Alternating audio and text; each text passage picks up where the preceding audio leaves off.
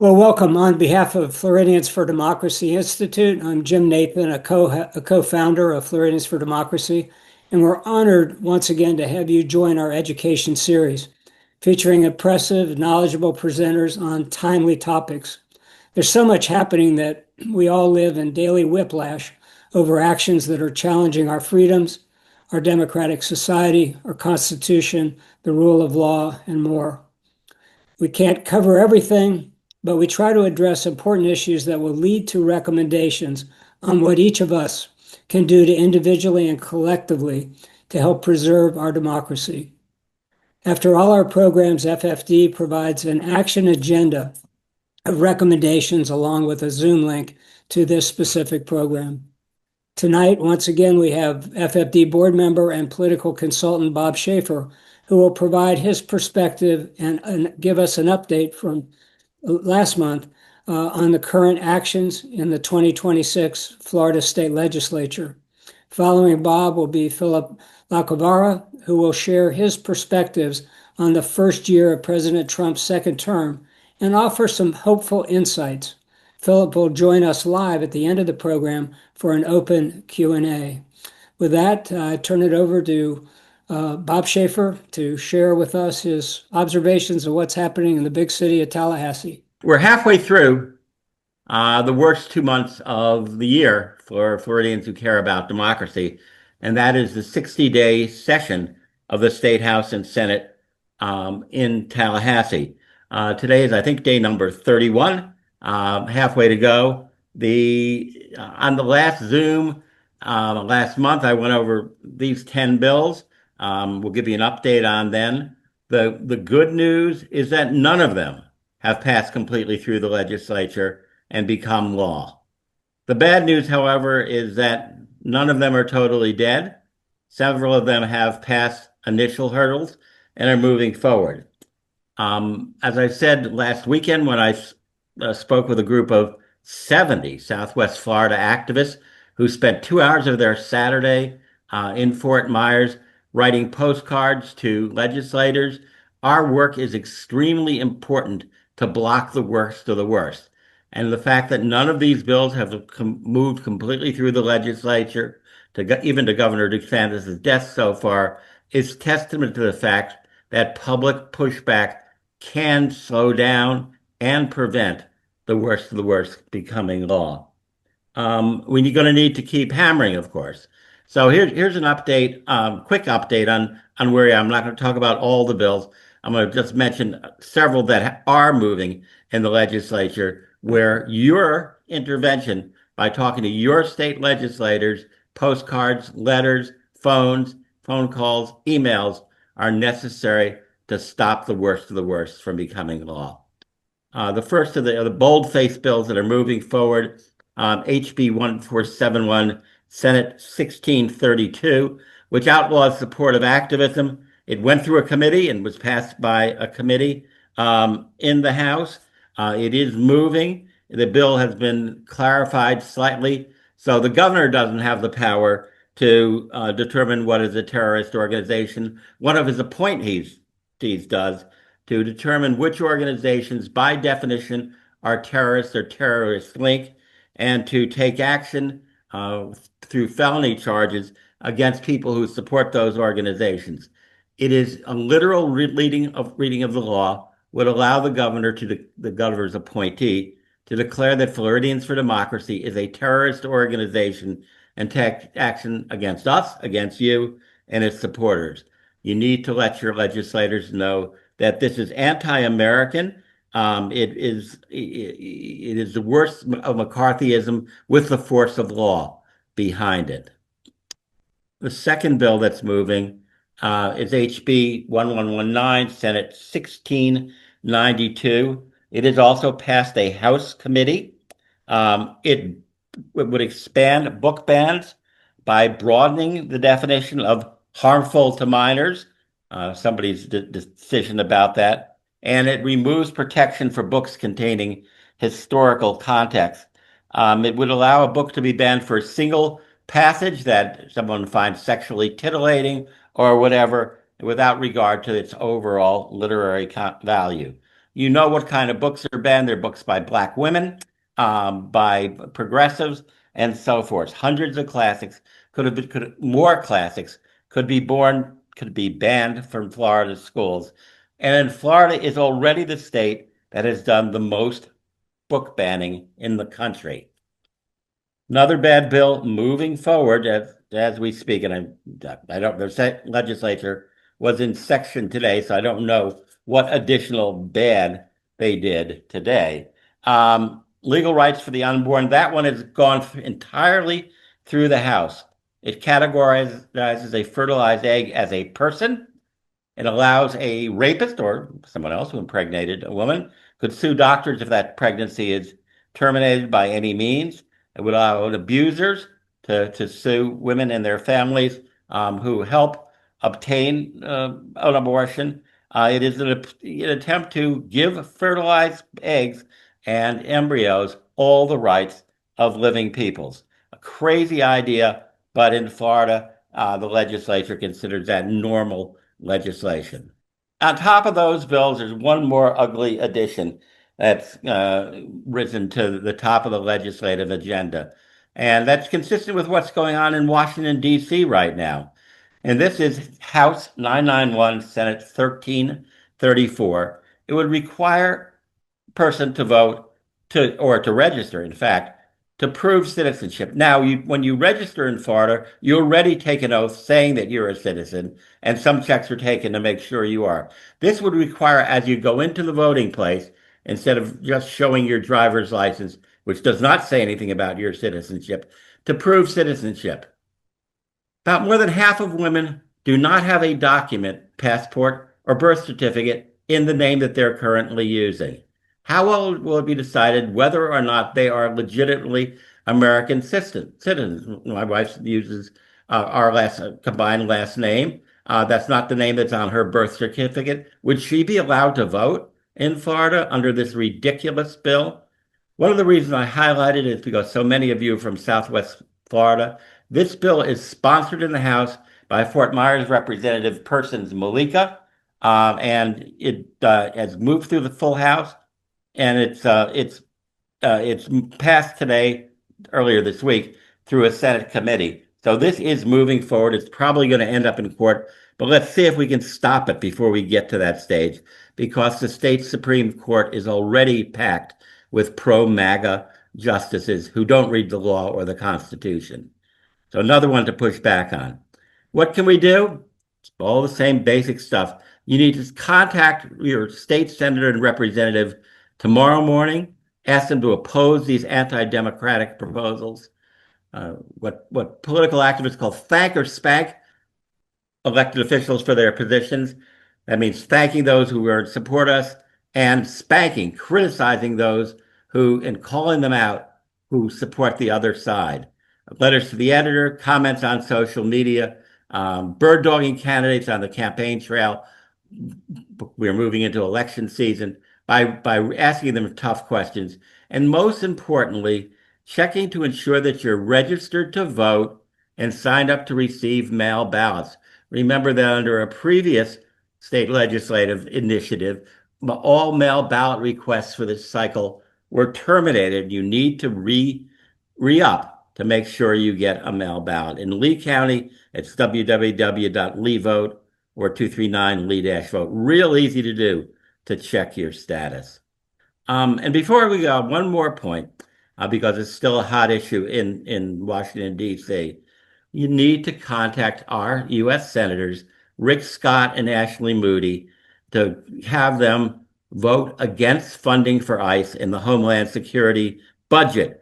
There should be no funding for ICE without significant democratic safeguards. No arrests without legitimate warrants, and those are court warrants, not warrants written by some bureaucrat.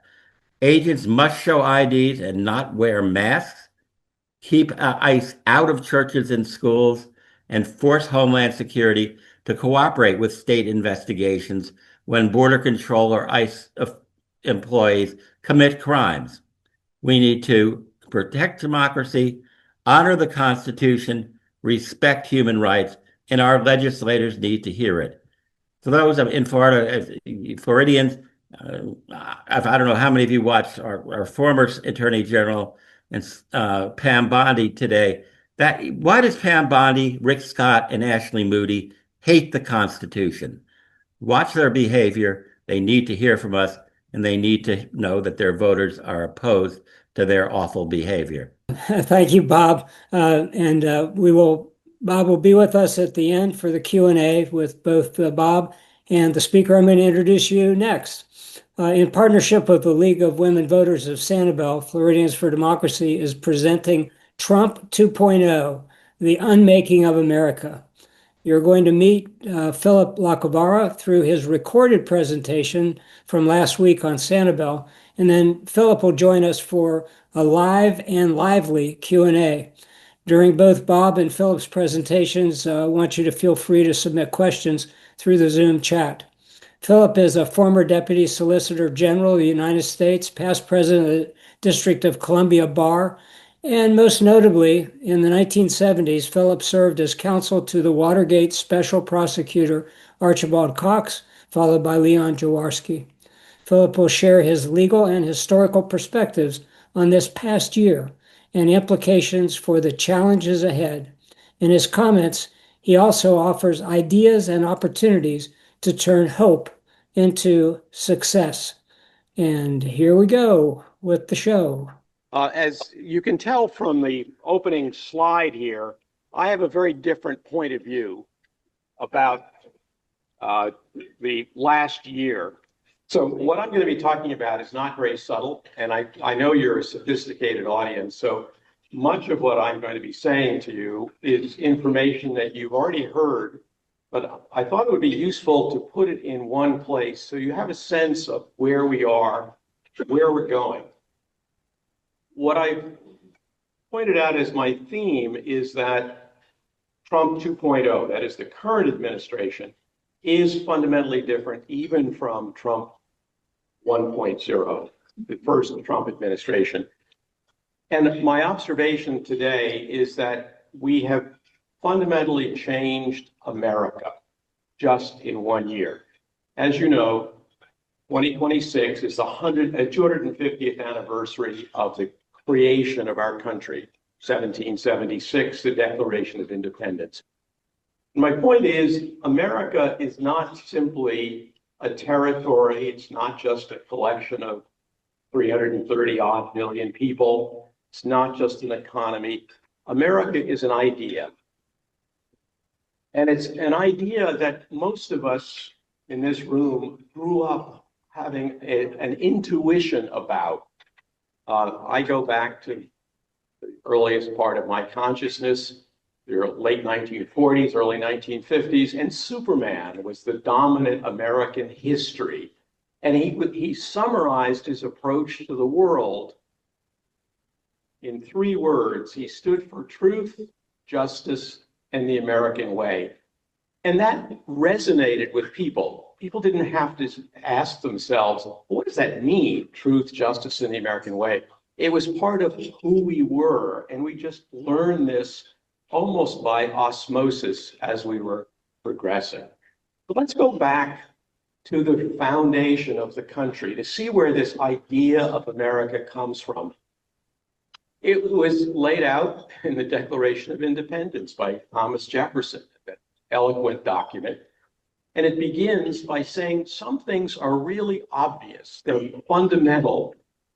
We hold these truths to be self-evident, that all men are created equal, endowed by their creator with certain unalienable rights. That's an important concept that we've grown up with. So the rights don't come from the government. They exist because we are human beings, and we share that, independent of what the king thinks or independent of what the president thinks or what the president's aides want to think. And the Declaration of Independence goes on to explain the idea of government. What's government all about? What's its purpose? Governments are instituted among men and women, happily, to pursue life, liberty, and the pursuit of happiness. And to secure these rights, governments are instituted and derive their just powers from the consent of the governed. All that we can say about the idea of America is captured in those few words. Government is about justice. It's about protecting the rights that derive from our humanity. When they got around to forming a new government, 1787, in the Constitution, they began with a preamble explaining how they were going to go about this, confirming, codifying that the goal of government is to ensure domestic tranquility, establish justice, promote the general welfare, secure the blessings of liberty for ourselves and our posterity.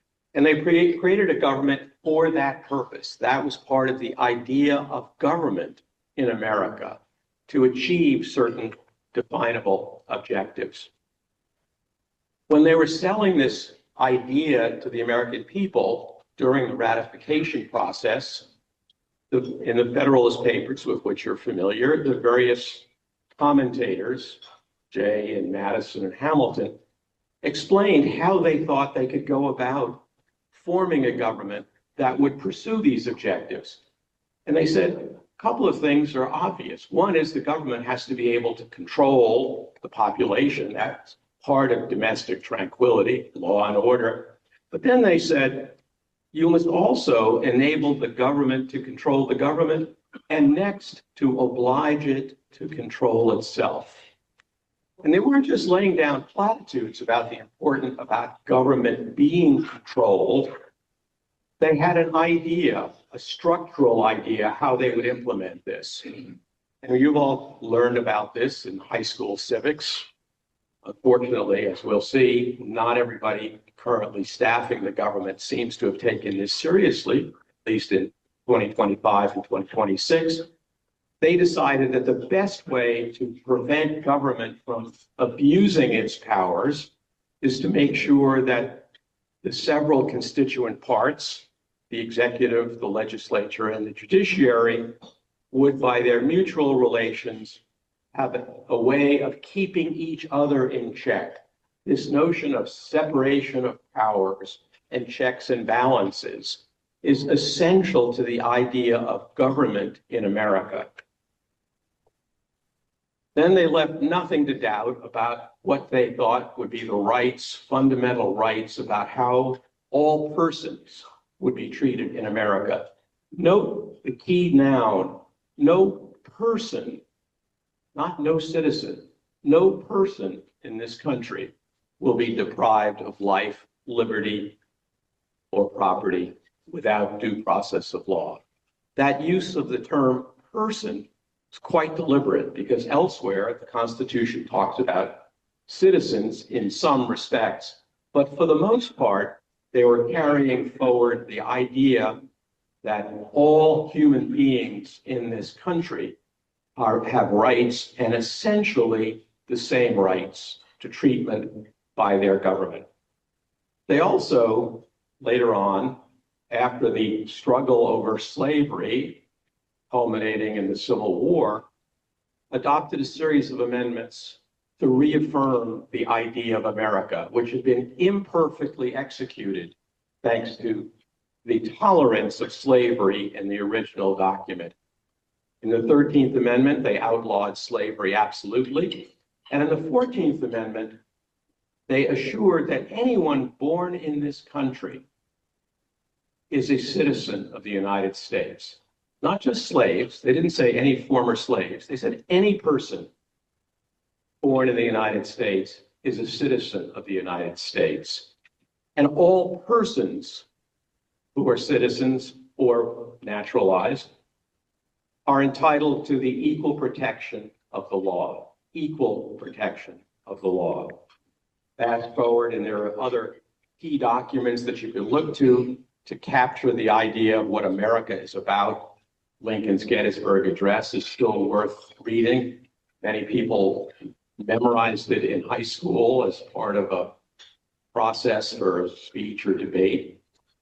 It contains some wonderful ideas about the purpose of government being for the benefit of the people, by the people, and for the people. And Lincoln expressed the hope that had been recently documented, thanks to the battles at Gettysburg. And he expressed the hope that those ideals would not vanish from the earth, that government would be of the people, by the people, and critically for the people. Shortly after that, during the wave of immigration that followed the Civil War, during which the ancestors of many of us in this room came to the United States before America began restricting immigration to keep out people like my grandparents and perhaps like yours.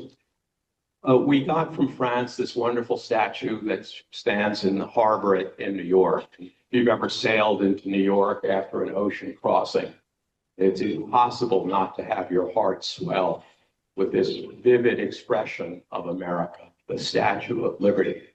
And some years later, they put on the statue the plaque from Emile Lazarus's poem, again, trying to capture the idea that led so many millions of people to come to America from countries all around the world. Give me your tired, your poor, your huddled masses yearning to breathe free. The wretched refuse of your teeming shore. Send these, the homeless, tempest-tossed, to me. Not just Norwegians, even people from S-hole countries. That's what Emma Lazarus was talking about, and that's what's on the Statue of Liberty. Let's not forget that, even if others do. But again, as with slavery, we knew that equal rights in the North, for example, where I grew up, were largely an abstract concept, but not really accepted or implemented in practice. And in much of the South, the idea was not even accepted in theory, equal rights being systematically denied for nearly a century after the Civil War. And we passed the Civil Rights Act of 1964. Some of you may remember those days, the struggles that led up to the Civil Rights Act. But once again, we have an encapsulation of one of the ideas of America. No person shall be denied equal protection of the law or denied benefits because of, or equal treatment because of race, gender, religion, sexual orientation. And then those of us who grew up after World War II just took for granted that America was part of a new international order, an order of rules-based, a system that was intended to protect rights and maintain peace by recognizing certain standards had to be respected, even by countries that had power to violate them or disregard them. So no longer was it to be the strong who could do what they will. It was to be respect for the weak and the small, as well as the rich and the powerful. And the United States was the leader in this system in which we grew up, with a system of alliances with other freedom-loving nations, including, but not limited to, NATO, the North Atlantic Treaty Organization. This was the world that I knew and that I think you knew as America, the America that we so cherish. If you've seen the musical Hamilton, you've probably heard the song based upon the 17th century British ballad that was supposedly played by Cornwallis's troops as they were marching out of Yorktown after being defeated in the Revolutionary War. Yet let's be content and the times lament, you see the world turned upside down. That's the way the retreating British troops saw it as America achieved its independence from the then most powerful nation on earth. Where are we today? It's a wonderful essay by Anne Applebaum in The Atlantic, the end of last year. And I think she sums it up rather crisply. Perhaps expecting Americans to live up to the extraordinary ideals that they proclaimed in the 18th century was always unreasonable, But that language nevertheless shaped the way we thought about ourselves. Now we live in a world where America is led by people who have abandoned these ideals altogether. I happen to agree with her. You may or may not, but I want to explain some of the reasons why I think that's an accurate description of how America is fundamentally different today over the past year from what we grew up thinking about America. Start with the presidency. One of the hallmarks of an authoritarian leader, as distinct from a leader who is merely, as the Constitution says about the president, faithfully executing the law, is that he governs by decree, executive orders. The president decides how people will behave without the nicety of congressional legislation, without even the nicety of discussion.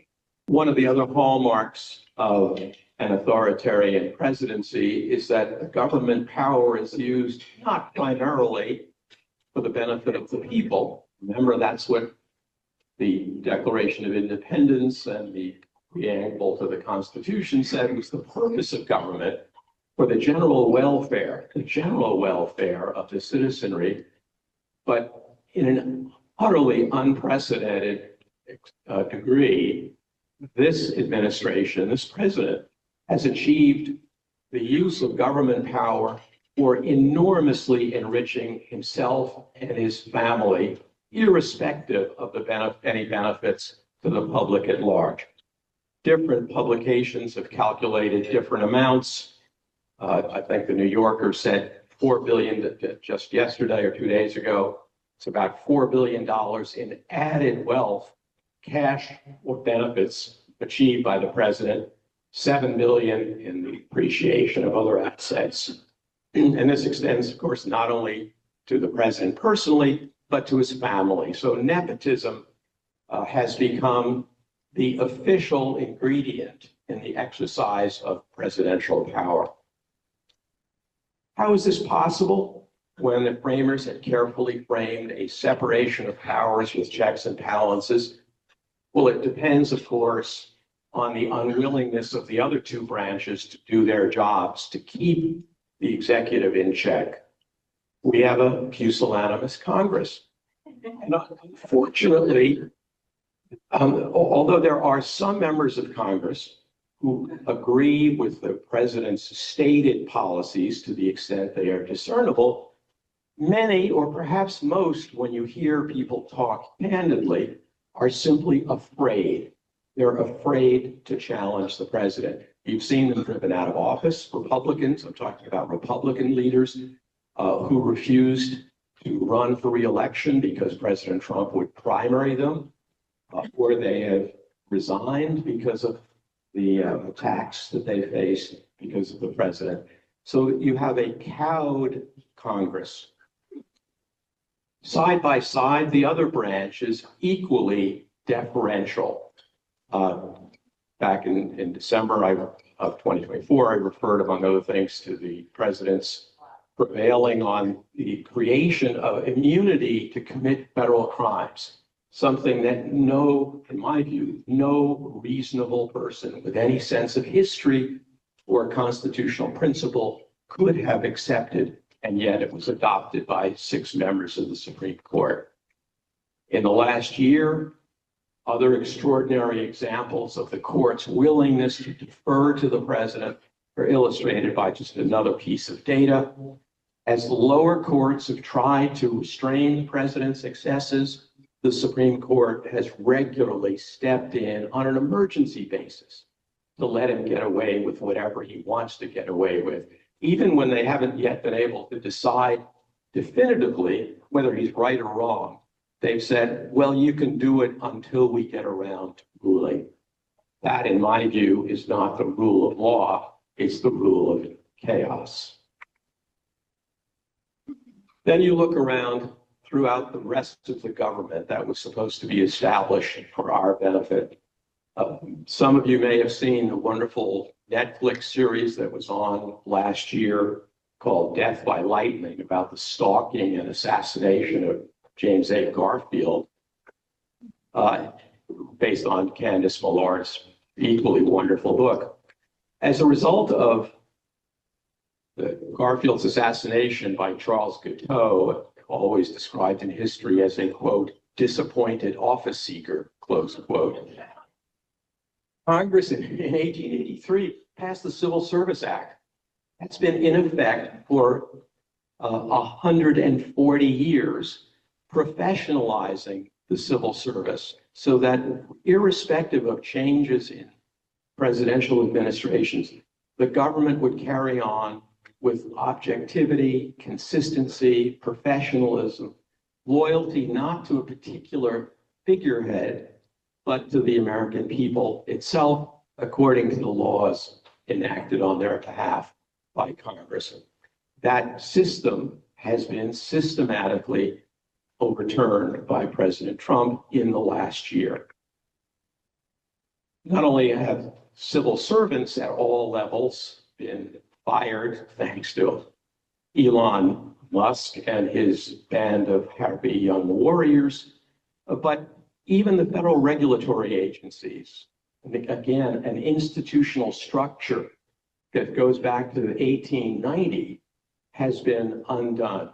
And the simple solution that the president decided to pursue was disregarding the uniform structure of these regulatory agencies like the Federal Trade Commission and the Securities and Exchange Commission and the Consumer Product Safety Commission and the Consumer Finance Protection Board, and on and on and on. And that protection by Congress was that all of these multi-member agencies have at least minority party representation, typically 3 members of one party, 2 members of another party, and they could not be replaced except for misconduct. And that was to, again, guarantee a degree of stability and objectivity and professionalism.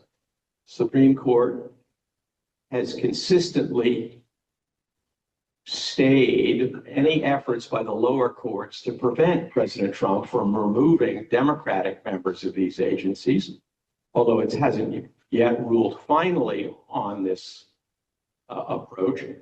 But most of us expect that when the court finally rules later this term, sometime this spring, as it is in a case called Humphrey's Executor that goes back to the 1930s, where the Supreme Court ruled unanimously, Republicans and Democrats, far right and liberal or progressive members of the court back in the 1930s said, of course Congress has the power to create agencies with protected tenure. I think everyone expects that this Supreme Court will overrule that decision, almost 100 years old. For me, particularly distressing is the perversion of the justice system, dismantling the Justice Department, firing the people who were career officials, and importantly in such divisions as civil rights, environmental protection, public integrity, and instead installing in the highest places President Trump's personal lawyers as Solicitor General and Deputy Attorney General, and our former Attorney General of Florida, Pam Bondi. Enough said. And then, in a rather malicious irony, you might say, well, President Trump complained for years that he was being targeted and that the forces of law are being weaponized against him, something that I think is simply not true. He has officially decided to weaponize the forces of law to go after his political opponents or people he perceived as political opponents. And this has gotten down, as you know, to firing everybody who was in any way involved in any investigation of President Trump or his allies, including down to the level of paralegals in the U.S. Attorney's Office and the Federal Bureau of Investigation. In order to make sure, if possible, that the courts couldn't block his efforts, he's attacked the courts systematically. And this is not just rhetoric, not just criticism, not just decrying Biden courts or left-wing, lefty progressive courts or courts that supposedly were suffering from Trump delusion syndrome or some of these other catchy names that his advisors make up for to put on social media. But he's also seeing to it that his aides systematically disregard, ignore, flout orders of the courts. That's something that has not ever happened in this country, certainly not except on a one-off, maybe exceptional basis somewhere briefly. Last week, a judge in Minneapolis, which more, totaled up and concluded that in just the month of January alone, ICE had disregarded 100 court orders. And he said, that's more in 1 month than any other agency that he could think of had violated in its entire existence. And this is simply illustrative of the effort by the administration and the people put in place by this administration to try to defang one of the coordinate branches of government, the principal instrument for upholding the rule of law, the federal courts. You only need to turn on your television to see other hallmarks of how different America is today from what it has been through our lifetime and beyond. The military, National Guard, regular Army troops patrolling Los Angeles, Washington, Minneapolis, Portland, San Francisco. Is that the America that we knew? The pardon power. Let's ask a question about corruption. Not only did the president issue a blanket pardon, irrespective of the actual violent crimes committed by the 2,000 plus people prosecuted in connection with the January 6th riots, he's also systematically used the pardon power to issue pardons to his major political donors, people who contributed to his PAC, which is now the largest. He's a lame duck, but he has the largest PAC in history, thanks to money that is flowing to him for his benefit. I'm not going to say much about the undermining of the free press, because you're going to be hearing more on that subject at the next conference that Kathy mentioned. But you've seen it all. It's the effort to defang the so-called fourth estate that's supposed to provide information that holds the government accountable. And then in an effort to roll back a lot of the initiatives that were passed to pursue the goals of equal protection and civil rights and enhanced opportunities, there's been a systematic attack on the DEI programs, but not just DEI programs. If you read any of the press accounts, you'll see that the National Park Service has been directed to remove any notations in national parks that refer to slavery or the Underground Railroad or anything that might remind people that our idea of America was imperfectly executed and is still being the subject of striving. All of this is viewed as inconsistent with the Trumpian idea of redoing the image of America in his image. I passed quickly over the roundup of immigrants, our gardeners, our construction workers, our landscapers, our painters, all of these people being rounded up. You've seen it. You've seen ICE in the streets of our major cities. Minneapolis is simply the latest example. And we're not talking about one-off exercises. We're talking about massive incursions. I heard this morning Tom Homan, who's now heading the ICE operation in Minneapolis, said they're going to be withdrawing 700 of the ICE and Border Patrol agents from Minneapolis, leaving 2,000. That's 3 times the size of the entire Minneapolis police force. You've seen on your televisions the killing of 2 women, Miss Good and Alex Preddy, by ICE agents, two American citizens trying to stand up to protect their fellow citizens, whether here or visitors, migrants who may not have papers. And what is astonishing about this ICE feature is that the so-called big, beautiful bill that was passed last year allocates $75 billion for ICE. It is by far the largest federal law enforcement agency, dwarfing the FBI, for example. And they're recruiting another 10,000 agents to wear body armor, to carry the weapons of war. And they're recruiting at gun shows, and they're using right-wing influencers to recruit applicants for these positions.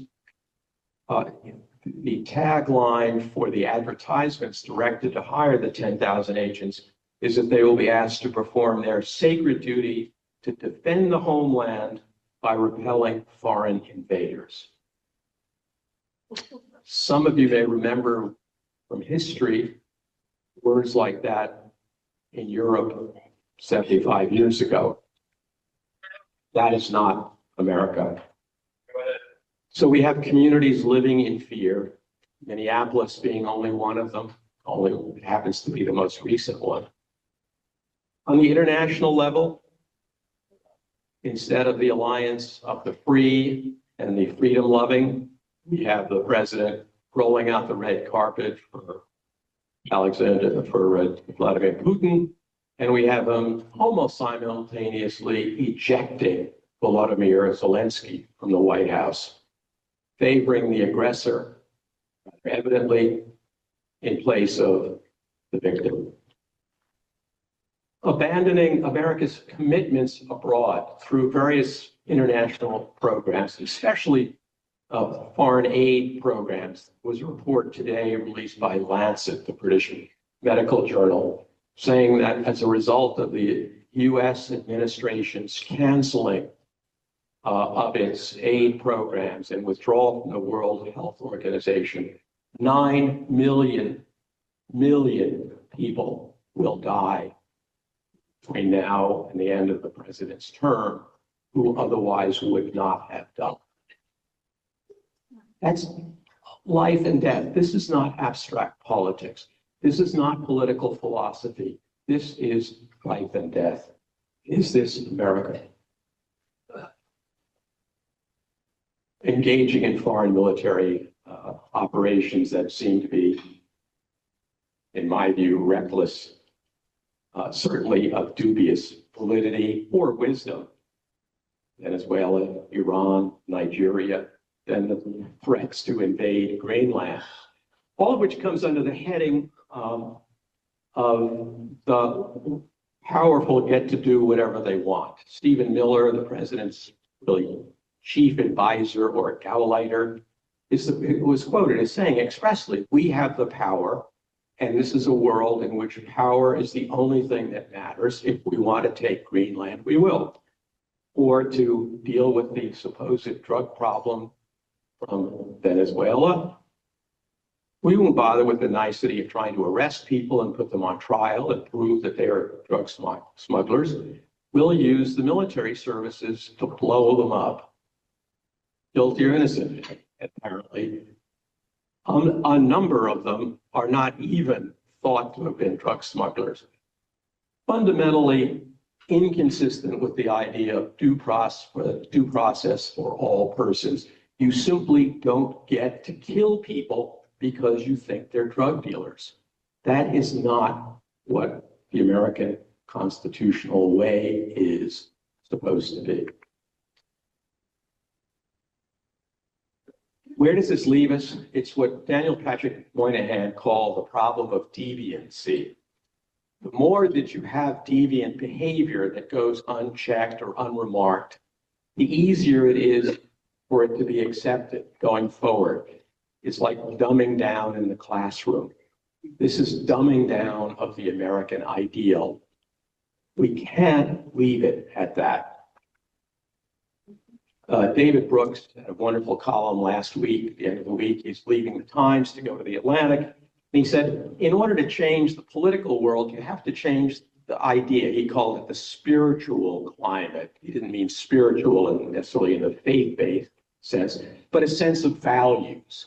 And that's what has to change. A sense of America. What is the America that we want to have, to restore, to pass along to our children or grandchildren or great-grandchildren in my case? It's the better versions of ourselves. Now, I've probably given you indigestion, but there's a little bit of Alka-Seltzer that I can wrap up with. When I was talking about this focus that I was going to provide with one of my daughters, she said, you can't possibly give a luncheon talk and leave people distressed and feeling hopeless and tearing their remaining hair out.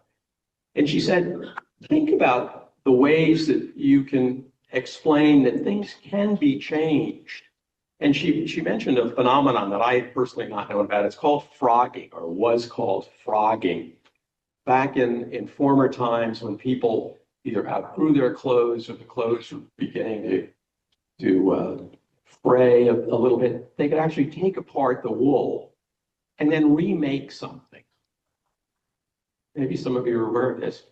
And so my thought here is, I created this picture thanks to AI of a lap robe being reformed into an American flag. And this is my basic message for this afternoon. The things that I've cataloged this afternoon are not necessarily irreversible.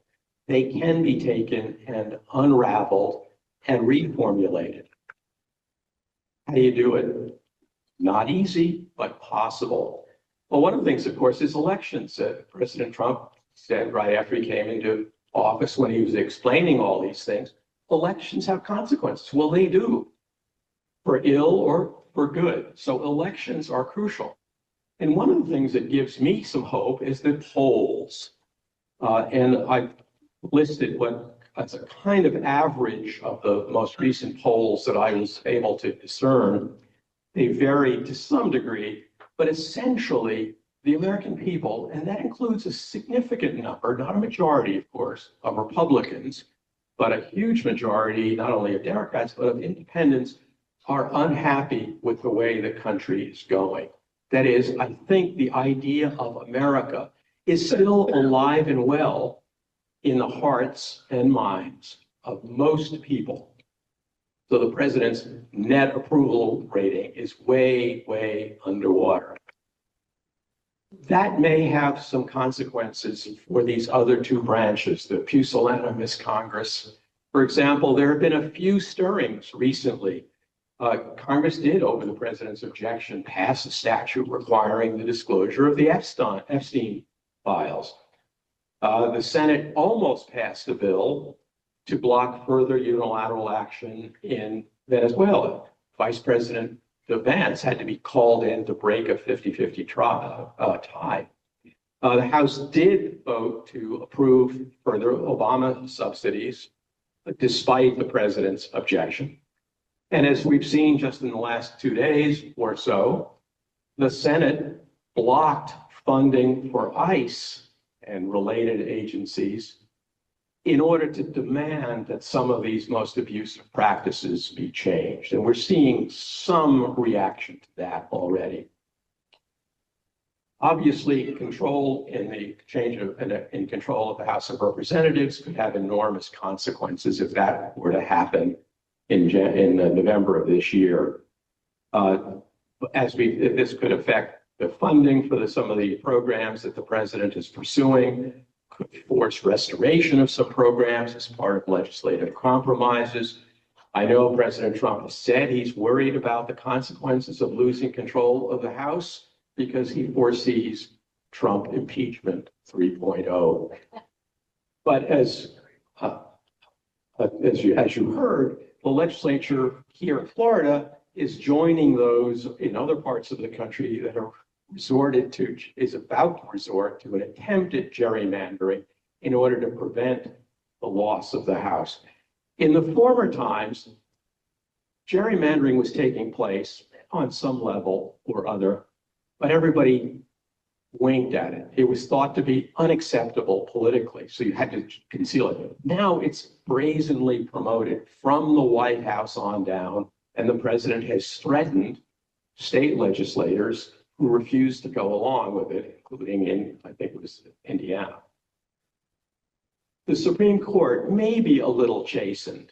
They did refuse to allow the president to call up the National Guard, to federalize the National Guard for crime control by a 6-3 margin, with the three sort of center-right justices joining the liberal or progressives.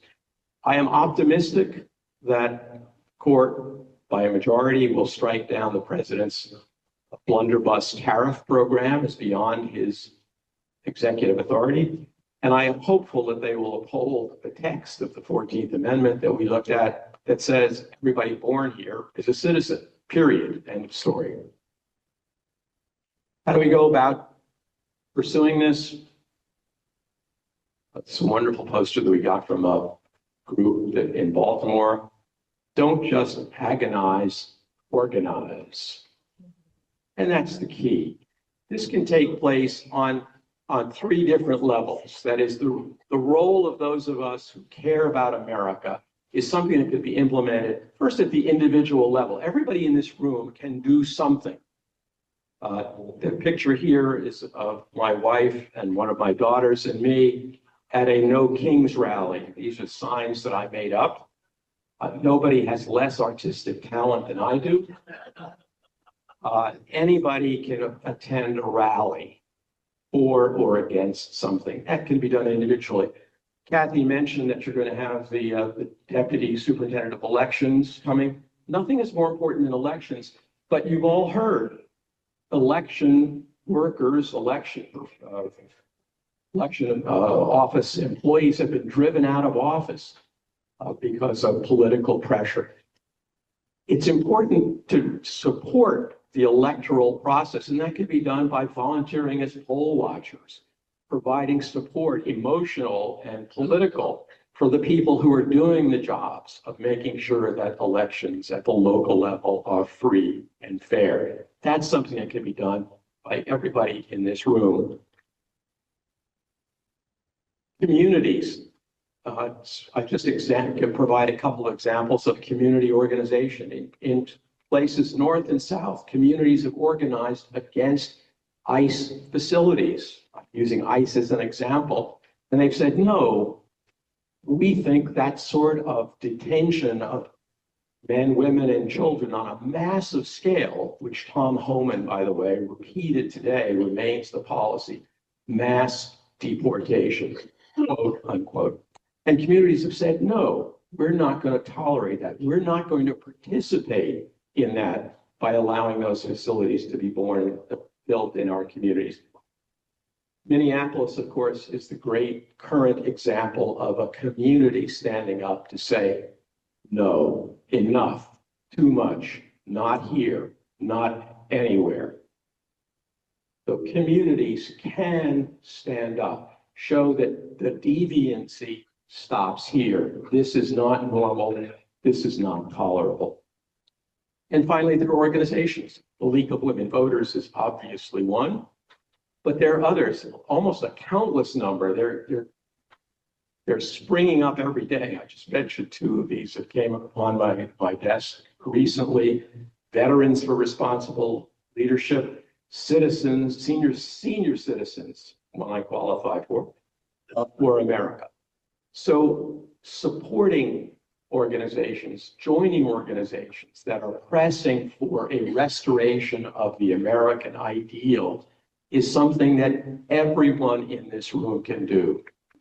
After the killing of Renee Good in Minneapolis a couple of weeks ago, the brilliant young poet Amanda Gorman penned a poem. Some of you may have read it, and I just excerpted some lines. Change is only possible and all the greater when the labor and bitter anger of our neighbors is moved by the love and better angels of our nature.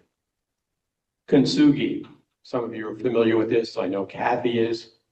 It's the Japanese art of taking broken pottery, something that seems to have been ruined, and putting it back together with a lacquer-based glue of silver and gold or platinum in it. And what you wind up with something that's more beautiful than ever. So it's a sign, a symbol, a concrete manifestation of the possibility of hope. And the hope is in your hands and in your hearts. What is the leverage for everybody in this room and all their friends and neighbors to stop that, to raise their voices appropriately? What other tools do we have? The integrity of elections depends on the people on the ground at the polling places and at the election counting facilities, the county clerk's offices or the superintendent of elections offices and so on, to make sure that people are watching. Stealing an election is something that has to happen in the dark. And if you have honest, honorable people, you and your neighbors watching, it's much harder to make an argument that the election has been stolen. And then when the returns are counted, there has to be the kind of support that was, I think, lacking, except on the part of the federal courts. As you know, in 60 some odd cases, including Trump-appointed judges as well as Democratic-appointed judges. Judges said the election was fair. There was no systematic miscounting of ballots or construction of ballots. But a lot of the election workers themselves were left hanging high and dry, or at least they felt that way, and many of them have left. That's another area where I think it's important for ordinary, everyday citizens like us to stand up and be counted and say, we were there. We know this process was fair. And when you have that voice being expressed, it tends to undermine the ability of our other neighbors who want to say, oh, if Trump loses or Vance loses or whoever, it must have been because it was stolen. Say to your neighbors, no, it wasn't. I was there. Or I talked to Charlie and Jane, and they were there. And all those votes were counted honestly. Do you think there's a tipping point where things will go too far and that 39% that are still hanging on will let go and say, no, this has to stop? I think the answer is yes. We've seen a couple of tipping points.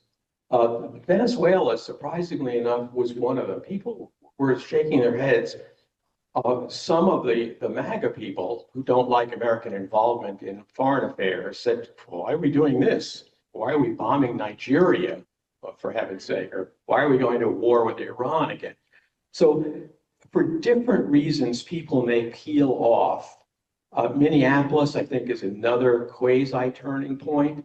At least recent polls have indicated that even people who generally are supporting strong immigration enforcement, whatever that means, have said, gee, we're really not comfortable with having these people wearing combat gear with the label police on their back go in and drag people around, push them down in the streets, and then shoot them. So I think we are approaching several tipping points that can significantly reduce the intensity of the level of commitment that 39%. Let's say we get a more balanced Congress after the midterms this year. How can we strengthen and fix the checks and balances in the system so we don't end up in the same situation where the three sides of government are not under control? As Kathy mentioned, I was involved in Watergate. I was the counsel to the Watergate special prosecutor. And after the smoking gun tape was released because of the Supreme Court decision that Nixon had to turn it over, Nixon left office, and everybody in the country breathed a collective sigh of relief. Watergate is over. The system won. The system works. I went around the country saying, no, that's too simple-minded. I was a little bit more gentle then. What I said was, the system only works if you've got the right people in the system. Now, in Watergate, you had a man of integrity, a man named Elliot Richardson, largely forgotten to history. Some of you may know him. He was being nominated to be Attorney General after John Mitchell had been forced out of the role of Attorney General. And Mitchell and Elliot Richardson given his word to the Senate Judiciary Committee that he would appoint a special prosecutor if he was appointed, confirmed by the Senate, as he was. And he picked Archie Cox, a man of great probity, not a professional prosecutor. He was a labor law professor. But he was a man who understood the Constitution, and he understood the law, and he understood his mission, which was to conduct a full, honest, thorough, no holds barred investigation. The right man for the job. He got fired by Nixon in the so-called Saturday Night Massacre, and he was replaced by Leon Jaworski, absolutely opposite person from Cox. Tough Texas trial lawyer, no holds barred as well, political operative, but he also was not going to let the president monkey with him, and he was going to pursue the investigation. Change any of those factors, any of those people, and you wind up with a different result, and Richard Nixon would have served his second full term. It's the people that they say about elections. It's the economy. It's the people. You can change people in Congress and you can change the party in Congress if you don't have the people who are courageous, who are strong, who are independent, and who have a sense of what America is supposed to be.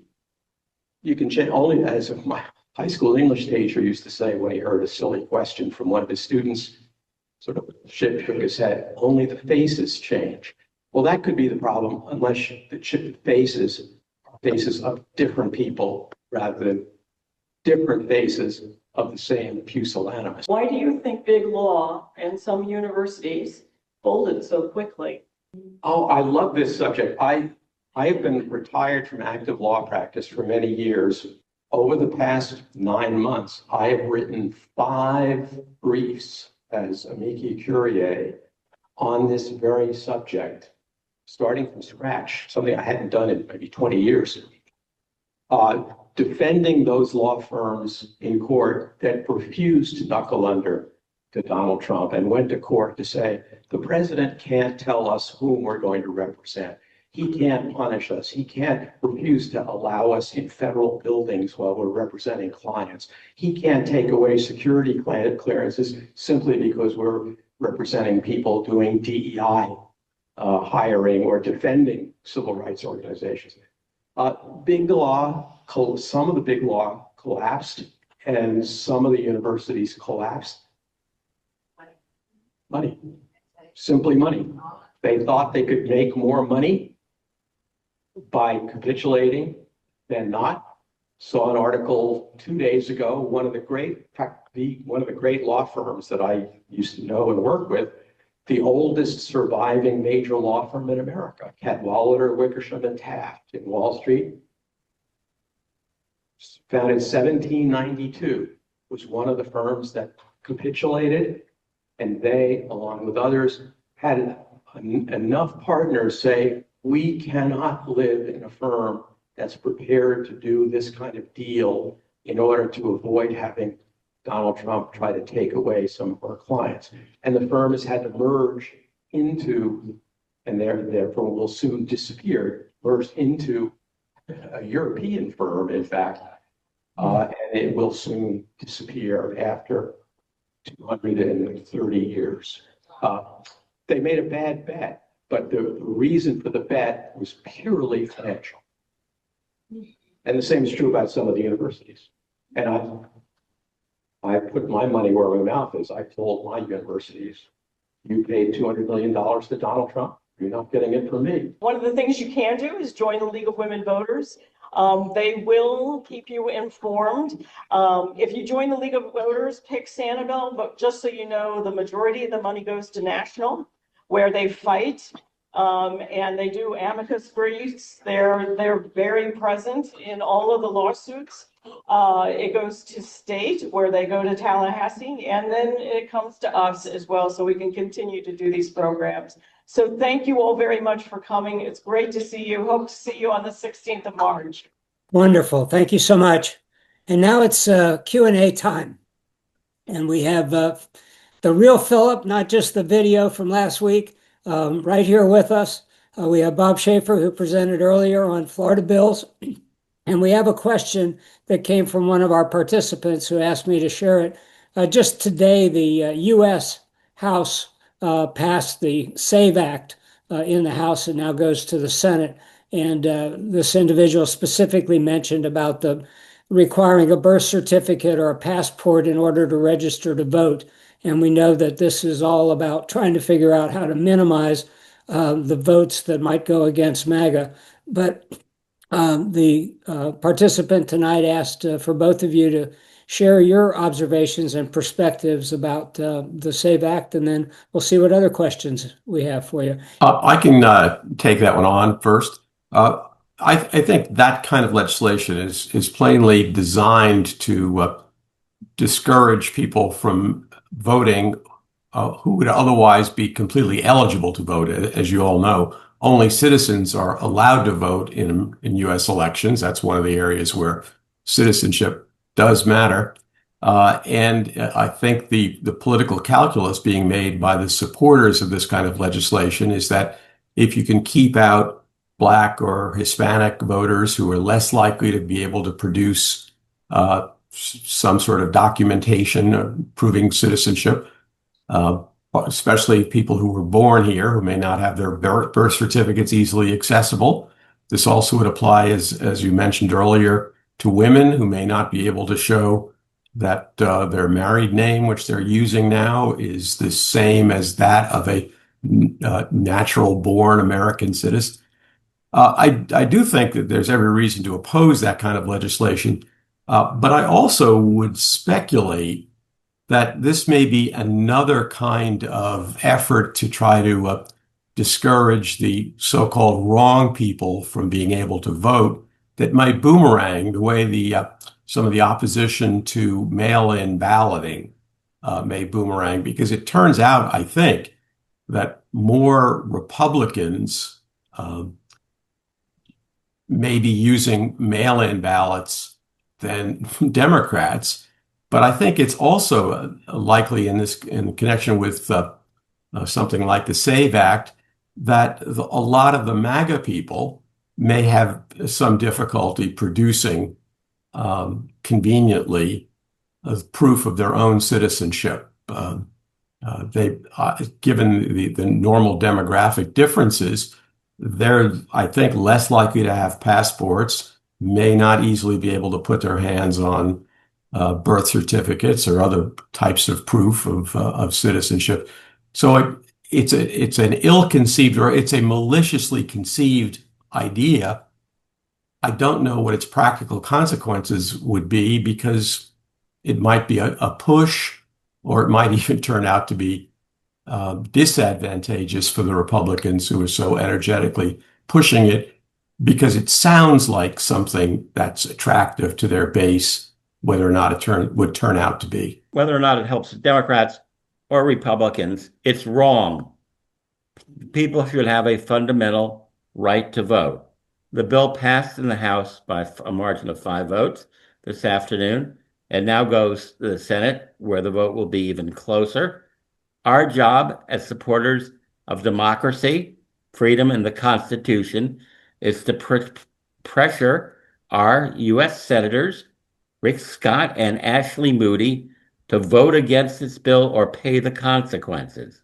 Moody's up for re-election this November. The number to call is 202-224-3121. Leave a message saying that the SAVE Act is an assault on American democracy. It goes against its fundamental principles of this country, and it doesn't matter whether it helps Republicans or Democrats.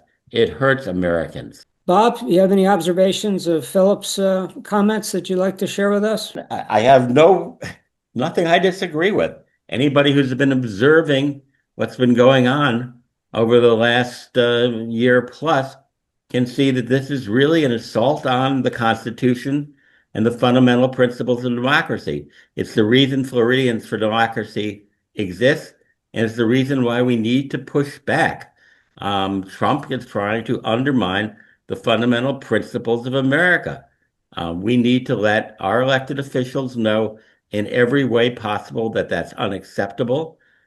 And if they don't change their behavior, give them a swift kick in the incumbency. Great. Well said. I know we have at least two individuals from the great state of Minnesota that has been in the eye of the northern hurricane from the last few months. And I don't know if either Bill or Mike would like to share anything, or Jan, three people from Minnesota that I know are on this call, share any observations or ask any questions or whatever. It's your decision. I could just say that I'm really proud to be a Minnesotan, and the sense of spirit that's been engendered by all this protesting has been rather uplifting in the face of the horror of being controlled by masked armed thugs. But there is a real joy in getting together with others, and some of the No Kings protests that you may have involved yourself in is really uplifting to be around others who so care about democracy and what America should stand for. Just add that. And Bill, we agree entirely. We're back in Minnesota now, and we're proud of the Minnesotans who were not. It's not just about what your politics. They cared about their neighbors, Right. whoever those neighbors are, wherever they came from, and whatever color or whatever ethnicity they are. And I think that was a message in and of itself. This was not limited to some unique group of people in the state. It was very broad based. And even in some small towns, a little town I started out on up in the Iron Range, they had a protest up there. And there's a lot of those people can't spell protest from what I remember, but nonetheless, they came out because they were trying to send a message that this is about caring, not just about politics. And for that, it's been gratifying. The day the governor announced that he'd had a call from ICE and they're going to try to move everybody back to the number of officers they had, or 130 over the next week or so, and end the siege. I think the message was taken. I know there's a goal, a hopeful goal from a lot of the people organizing the March 28th No Kings Day nationally to hit 20 million individuals. They feel that there was around 7 the last time, 3 the first time, and are hoping to be able to increase it to like 20 million. And while it doesn't solve everything, I think it does have an impact. One of my observations has been that the visuals from Minnesota somewhat parallel the visuals from the civil rights movement, the visuals from Vietnam, and the cruelty and dehumanization that is coming out of this, that's playing a role in at least opening the eyes of some individuals. The Republican House lady that yesterday or the day before said, "Oh, I guess maybe there has been a problem with the Epstein thing." Is like, duh. But maybe it takes more of sadly, it takes more of the visible cruelty and actions, and then the realization through the protests that we're not all alone in all of this, and the tide can turn. And in Philip's comment earlier from his wife encouraging him to say something positive, was it your wife or daughter? That was my daughter. But I would note on the same theme, as mentioned by the Minnesotans, there was a report today that President Trump has quietly withdrawn National Guard troops and regular Army troops from Los Angeles and Washington and what are the other cities? Chicago. Where they've been assigned. So I think the pushback, the resistance from people who say this is simply not the way we want our country to be run is having an effect. And the key thing is, as I think we could all agree, not acquiescing. Silence is not an acceptable response. Yeah, silence is not acceptable.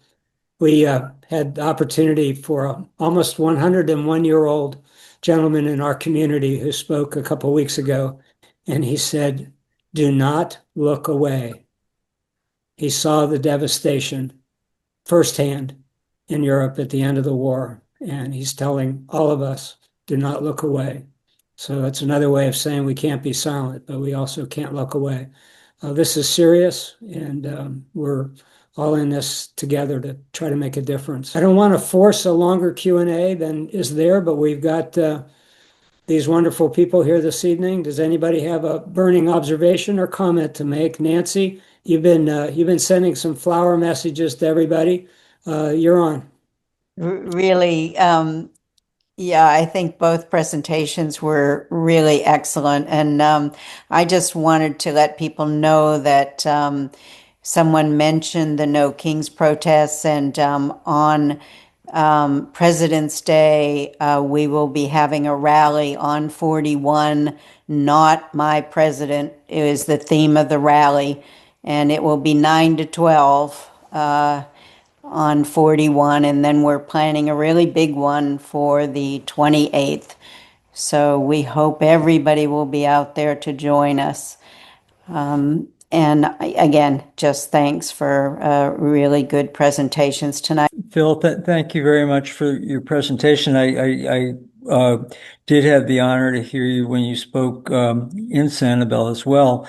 And a question that I had that I wonder if you could address is that if there are individuals on a local level, public officials who have done allegedly improper things, but are members of groups that actively support the president and contribute heavily to his campaign. Where are our sources of recourse? I'm thinking specifically of an individual who had a grand jury investigation that was squashed without explanation, and apparently the FBI, the Justice Department, and other organs have done nothing about it. Whether the individual is guilty or not, the total lack of transparency is troubling. Two things occur to me. One is the best disinfectant, they say, is sunlight, and that means public exposure. That's what's been so effective with the Epstein affair. People decided this was an important issue that they wanted to know about. I don't know whether or not I may have a sense of the situation that you're referring to, but even though local news is beginning to wither because local newspapers don't have the resources they once did have, investigative journalism, both on the newspaper front and on the TV front, is not entirely dead. So one of the ways to at least bring attention to the issue, to raise questions, would be to contact local media to see whether they're interested in pursuing what the underlying facts may be. The other reality is, depending on when events took place, there is likely to be, or maybe in the next couple of years, a change in administrations. The statute of limitations for crimes is 5 years, and it continues to run for a while after the first incident took place. So people are not necessarily out of the woods if they've been able to delay criminal investigation because of influence they may have with the current administration. Phil, I got two questions that came in, then I'll share what we've got coming up for the next program. They're both for Phil, so we're making you work hard for the big bucks. How would you compare the I'll tell you both the questions, Phil, and how would you compare the seriousness of the Trump threat to the country today versus what was posed by the Civil War? And the second question is that how do you feel we can change the spiritual environment? Oh, wow. Well, I wasn't alive. As old as I am, I was not alive during the Civil War. I would have to say, as serious as Donald Trump is as a threat to the American ideal. And despite what I calculated as the number of deaths being caused outside the United States by his termination of foreign aid programs, the Civil War, I think, has to be viewed as the most wrenching period in American history. It was fundamentally brother against brother. I went to Georgetown University in Washington, which when I was there was kind of a sleepy southern town, and Georgetown was kind of a sleepy southern university. Georgetown's colors were blue and gray, representing the fact that students from the same class were fighting for the Confederacy and the Union, and they were prepared to kill each other.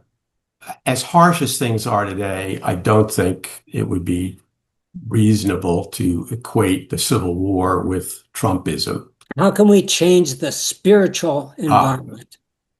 Yes, I think this is one that has to proceed on a couple of levels as well. One is person to person. I just read a so-called pastoral letter written by the Archbishop of Baltimore. My place up north is in Baltimore, and I've done work for the Archbishop. He's former bishop in Washington, D.C. And he wrote an absolutely brilliant commentary on the current political scene. And he has ideas about how we need to deal with each other in a respectful way where we can disagree and persuade and share without coming to blows, figuratively or literally. And he talks about exactly what I was suggesting last week about the need to change the spirit of the country, or to make sure that as many people as possible share the same sense of what the country is all about. And that includes starting at the local level, inside families, with neighbors, with friends, with golf buddies, with chess partners and so forth, or bridge partners and so forth, talking about these issues, but in a way that helps to bridge gaps rather than to build walls. And then it has to go up through the level. It has to make sure that commentators who are in a position to influence others through now many more channels than ever existed, such as all the social media sites, are giving appropriate attention to what is happening, why, in our view, it's not an acceptable approach. That it includes making sure that, to the extent possible, people of goodwill and good faith are recruited to run for office.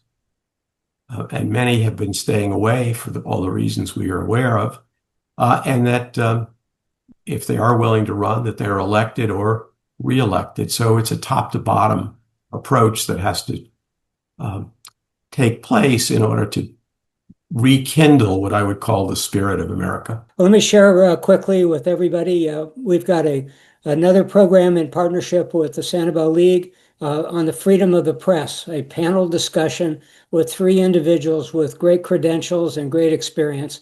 We don't have a date officially yet, but we'll have that, if not by the end of this week, the early part of next week, we'll be getting information out, but it won't be till the latter part of March. Also on March the 28th, besides the No King's Day, it was already scheduled, the Social Justice Alliance of the Florida Suncoast out of Venice, but partnerships with a lot of different other pro-democracy organizations had been planning for some time now a Save Democracy Day. And it just was totally coincidental that the same day that they've been planning for a long time with some impressive presenters and program, both in person, and we agreed to video and produce their main speaker for everyone to be able to see, record that. But having it on No King's Day actually turns out to be a good thing. So we'll be reaching out to all of the Sarasota regional counties, letting them know that if they would like to represent FFD for that event on No King's Day and for the Save Democracy Day, that they can go there and participate live. or they can organize activities within their own communities on that date. So a Freedom of the Press program, the No Kings Day, and other protests like Nancy mentioned earlier that come about. And as Philip has mentioned and Bob has mentioned, those protests are not just, I mean, yes, you get to see other people that think commonly with us, but they give a message to the people that we want to reach out to and tell them that we're not alone and we're watching you. Lastly, we'll be planning activities in April. Right now, there's the apparent redistricting discussion, which is another way in Florida to limit the voting of primarily minorities, is coming up. So we'll be providing that. A lot of activities going on. This is a hugely important year. For those of you who have participated in the Floridians for Democracy Institute match, we are over 50% now and climbing, but we are appreciative of any support that we can have so we can keep moving on our energy to collaborate with others and to be a voice of hope and a voice of democracy and freedom. So I want to thank everybody for your time. I'm going to check one more time in the chat to see if there's any last thing. Bob Schaefer has put in the chat a calendar saver for Save Democracy Day. That's the March 28th event in Venice, Florida. Thank you, Bob, for that. The phone number I put up there, that doesn't have anything with it, but that's the federal office to let Ashley Moody and Rick Scott know the save bill isn't going to save anything. You may think it's going to save yourselves, but you're destroying the important aspect of voting in our society. Thank you, everyone, for a great evening. And Phil and Bob, for your preparation. We're all truly appreciative. And Bill just put up floridiansfordemocracy.org if you want to learn more about our organization. Thank you, everyone. Have a great night.